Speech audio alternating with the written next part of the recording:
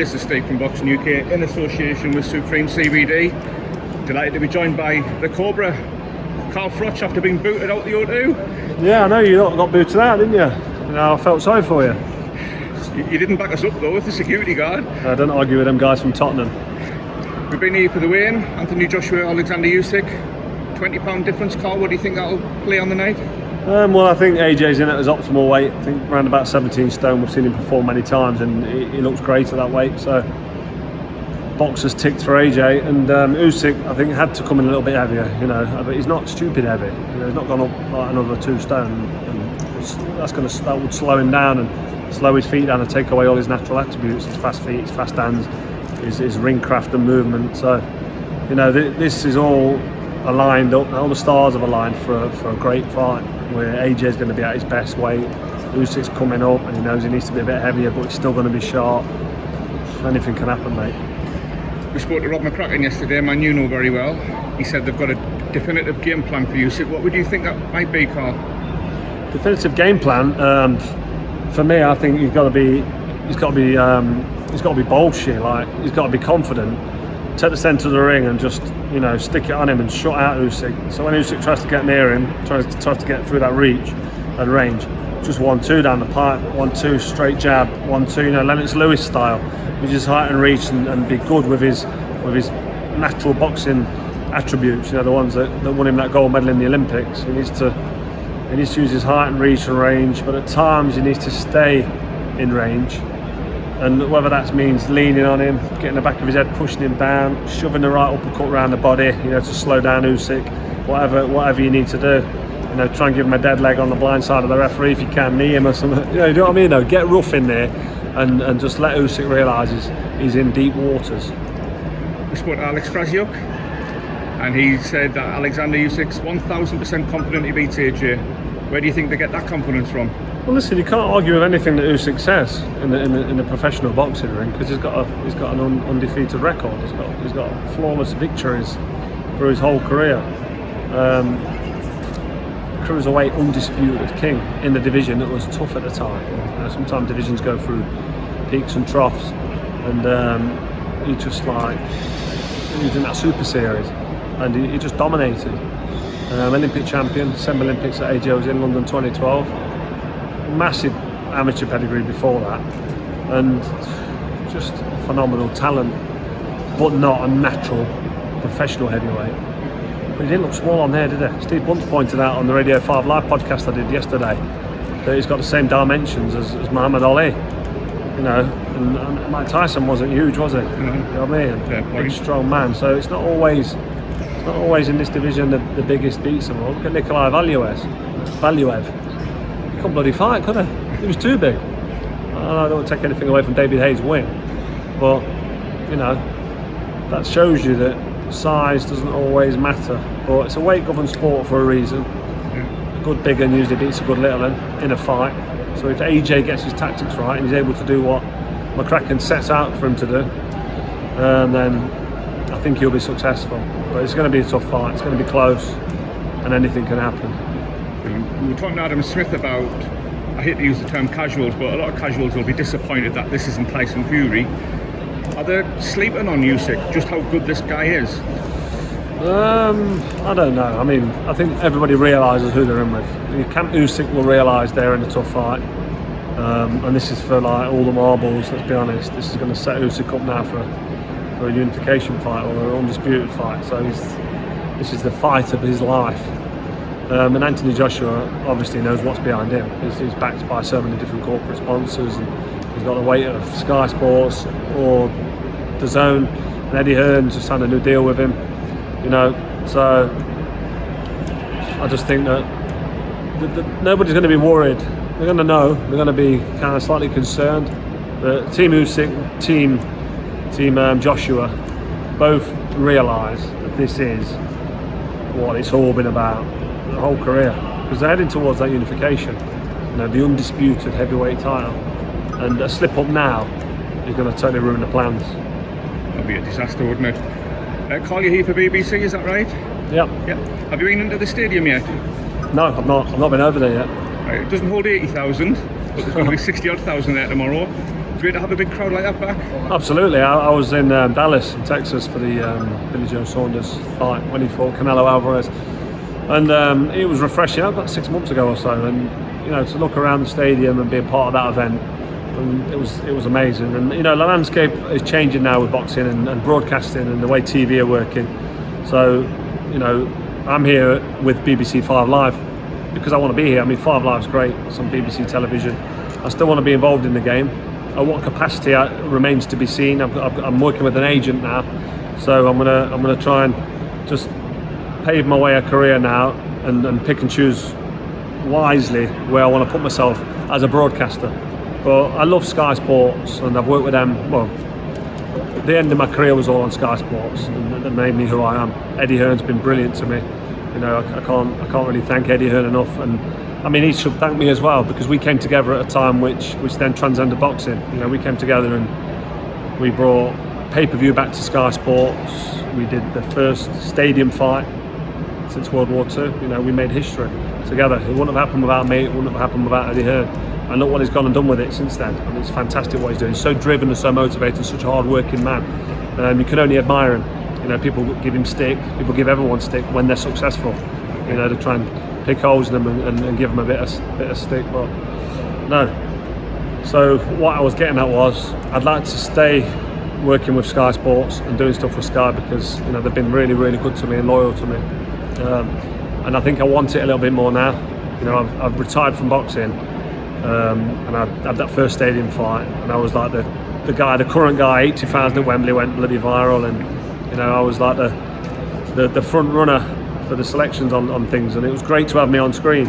But now there's new guys coming through, new guys retiring, and new faces, so maybe I'm not as big and as bad and in the hot seat like I thought I was. Listen, as far as I'm concerned, I'll always be the best. I'll always be the guy that sold out Wembley, and I retired a champion with 4 world titles. And you do know that's probably going to go viral now, though, Carl. Let it go viral. But I still want to be involved in boxing. I've got the appetite for it. So I'm here with BBC 5 Live Radio, which I'm pleased about and I'm proud of. I'm talking with Eddie Hearn. I mean, we've gone off the subject now of boxing and talking about my career, but it's a bit different, isn't it, for the viewers, for the listeners and the watchers. But I still want to be with Sky Sports. Opportunities with DAZN presented themselves. You saw me out in Dallas and Texas, Canelo Alvarez and Billy Joe Saunders. I'm doing a bit with BBC 5 Live Radio, and as long as I'm sat ringside watching the big fights that I love to be part of, then I'm a happy man, whichever capacity it is. It's not about the money. It's not about needing to do something out of necessity. It's about doing it because I want to be there now, and because I enjoy it, and because I realise how much I love boxing.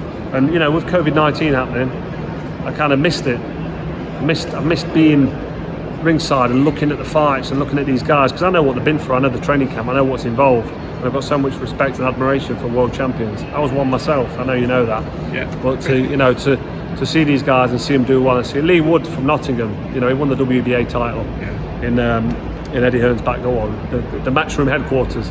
And I was working for 5 Live Radio there with my friend Darren Fletcher, the commentator.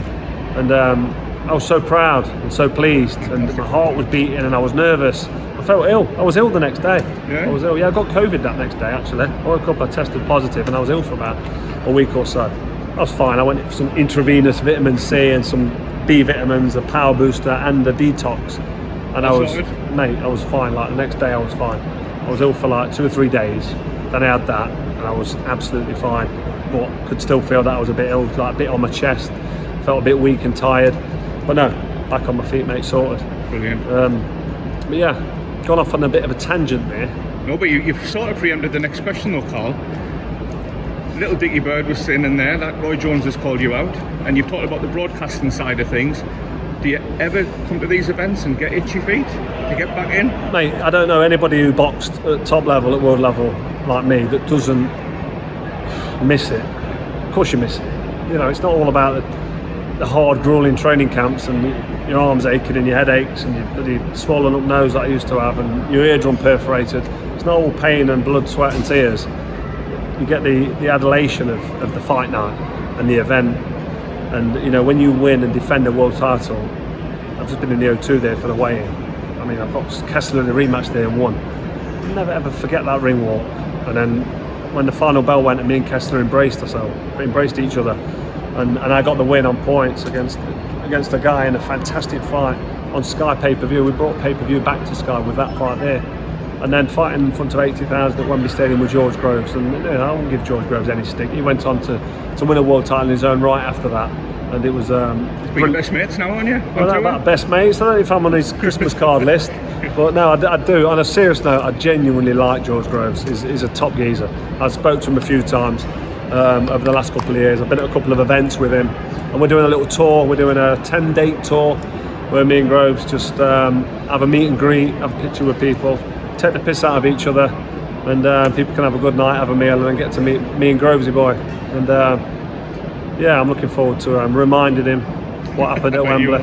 But he's got a few comebacks. Let's not forget he battered me for 6 rounds in Manchester, but I still got the win. It's difficult for him to win the argument or the conversation. It's difficult because it always ends with him with his leg wrapped around his ear hole at Wembley. But you know, joking aside, he went on to become a world champion in his own right, and I've got a lot of respect for him. I really have, like genuinely respect for him, and I don't mean him any disrespect. We can laugh about it now, and what happened at the time would have been hard for him to swallow. You know, the first fight as well, because he had such a good fight and he lost. He came away with a loss, and he was devastated. He was gutted. He did what he had to do to get a rematch, but I did what I had to do to win the rematch. And you know, boxing's, you're one punch away from disaster, and he was on the end of that punch.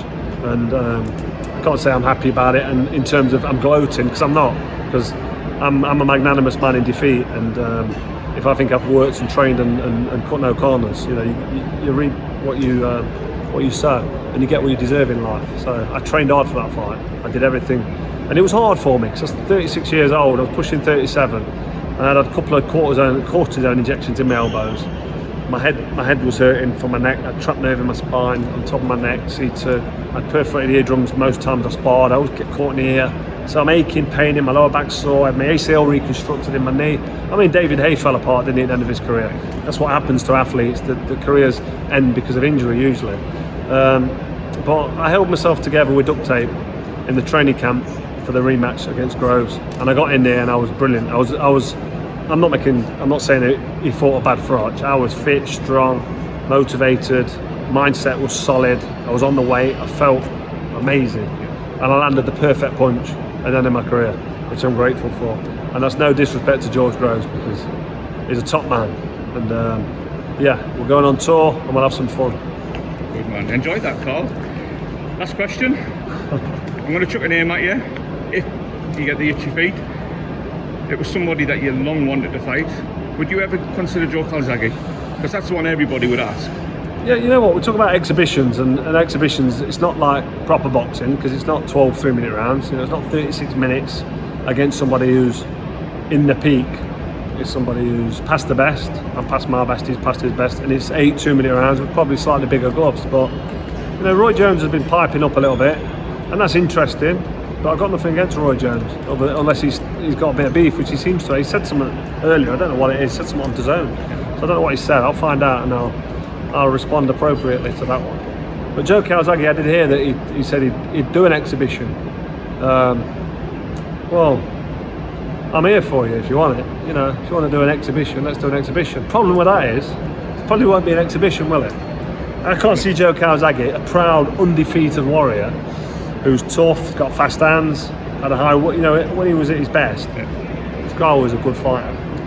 Everyone knows that. Hall of Famer, 46-0, top man. You can look back on clips of me and Joe Calzaghe, and I give him untold stick, including the one where I said Roy Jones Jr. was shot to bits when you beat him, and that's what Roy Jones has picked me up on. But you know, I'd still kind of relish the thought of getting in the ring with Joe Calzaghe. That's what fans, I think, Carl. And maybe punching him in the face a couple of times. It wouldn't be an exhibition though, would it? That would be the problem. Once one of you lands, that would be it. Well, that's it. It'd be titled an exhibition. But I'm not so sure Joe Calzaghe's got it in him to take his time and get hit in the face and then not try and get me back. So it could get interesting. Indeed. Carl, I look forward to seeing you tomorrow night for Joshua Usyk. Really appreciate your time. Pleasure. Thank you.